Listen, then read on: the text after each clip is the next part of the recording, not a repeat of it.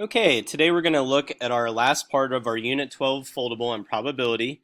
We're going to talk about something that goes a little bit with conditional probability, so you can put it under that tab. And we're going to talk about what are called independent or dependent events.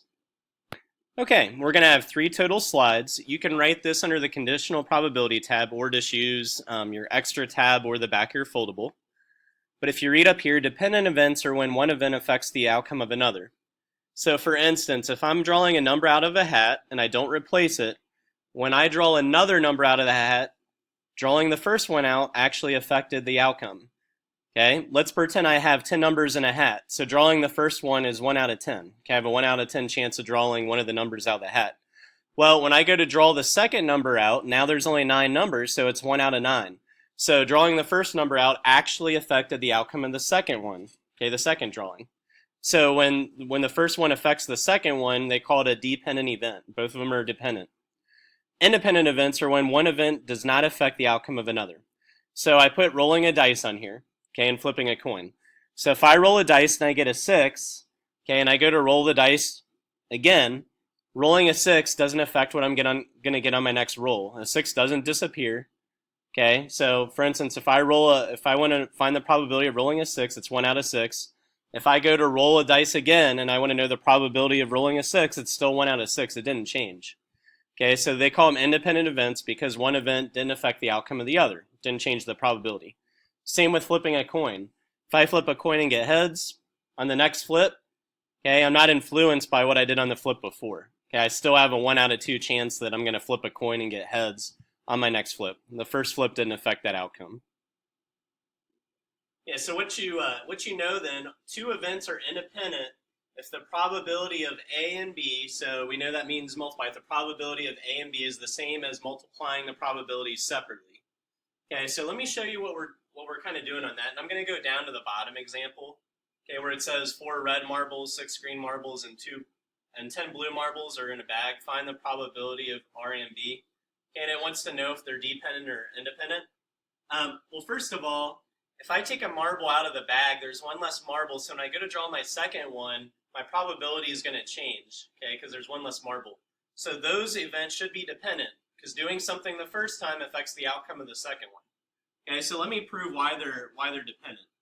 So we have 20 total marbles. The probability of drawing a red, okay, the probability of drawing a red ends up being 4 out of 20.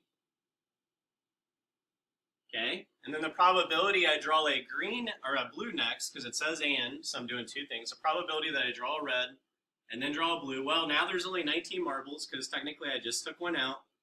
And out of the 19 marbles left after I drew 1, there are 10. Okay, so if you multiply that out, you end up getting, let's see, 40 originally over 380, which I believe is 2 over 19. Okay, so you get 2 over 19. If you do the probabilities separately and multiply them together, okay, so for instance, the probability of getting red is 4 out of 20. Okay, and I do separately the probability of getting a blue, which is just 10 out of 20. Okay, if I do them separately and I multiply them together, you get 40 out of 400, which equals 1/10. Notice how those probabilities aren't the same. Okay, so what that means is doing something the first time affected the outcome of the other. Because when you do them separately, you get a different answer as when you do them together. Okay, that's what makes them independent event or dependent events. Okay, when the first outcome affected the second. Okay, up here I put rolling a dice. Okay, when you roll a dice, the probability of getting a 2 and a 6. Well, the probability of rolling a 2 is 1 out of 6. The probability of rolling a 6 is also 1 out of 6. You get 1 out of 36. Okay, that's doing them together, doing the first one and then the second one. Okay, when I do them both separately, it looks exactly the same. So the probability of just getting a 2 is that. Probability of just getting a 6 is that. So you get the same answer. Okay, so when you do the and statement, you get the same answer as when you do them separately. Okay, so what that means is they're independent events because the first outcome didn't affect the probability of the second. Okay, our last slide, mutually exclusive events. Okay, mutually exclusive events are events that do not overlap. Okay, they don't overlap. So let me give you an example. Okay, 2 events that are not mutually exclusive, Okay, I'll just write up here. Okay, rolling an even number on a dice. Okay, if I roll an even number on a dice, that is a 2, 4, or a 6, and rolling a number less than 3. Okay, numbers less than 3 are 1 and 2. Those are not mutually exclusive because they overlap.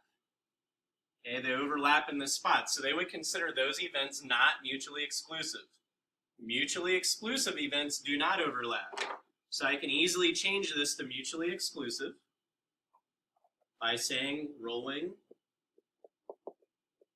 an odd number. Okay?